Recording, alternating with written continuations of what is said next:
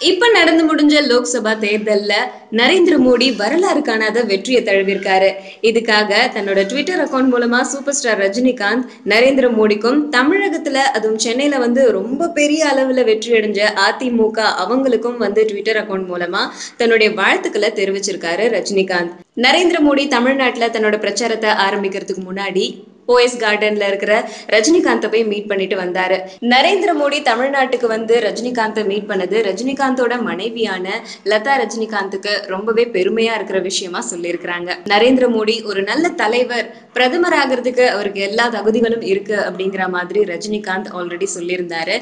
அதே மாதிரியே இப்பவும் அவர் வெற்றி அடைஞ்சதுக்கு அப்புறமும் தன்னுடைய ஹார்ட்டி விஷஸையும் சொல்லியிருக்காரு.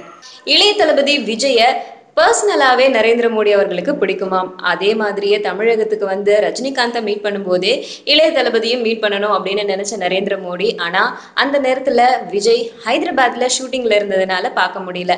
இருந்தாலும் அவர் நேரடியா கோயம்புத்தூருக்கே போயிட்டு பார்த்துட்டு வந்திருக்காரு நரேந்திர மோடி. இந்த நேரத்துல நரேந்திர மோடி வரலாறு காணாத வெற்றி அடைஞ்சதை தொடர்ந்து இளைய தளபதி விஜய் நரேந்திர மோடிக்கும் ஜெயலலிதாக்கும் நேரடியாவே விஷஸ் சொல்லியிருக்காரு. அவர் ஒரு விஷஸ் ஸ்டேட்மெண்ட்டையும் வெளியிட்டு இருக்காரு. அதாவது, இவங்க ரெண்டு பேருமே மிகப்பெரிய தலைவர்கள், இந்தியாவை வல்லரசாக்குறதுல இவங்க ரெண்டு பேருக்கும் பெரிய பங்கு இருக்கும், இவங்க ரெண்டு பேரும் ஜெயிச்சதுல ரொம்ப பெரிய மகிழ்ச்சி அடைஞ்சிருக்கோம் அப்படின்னு சொல்லியிருக்காரு.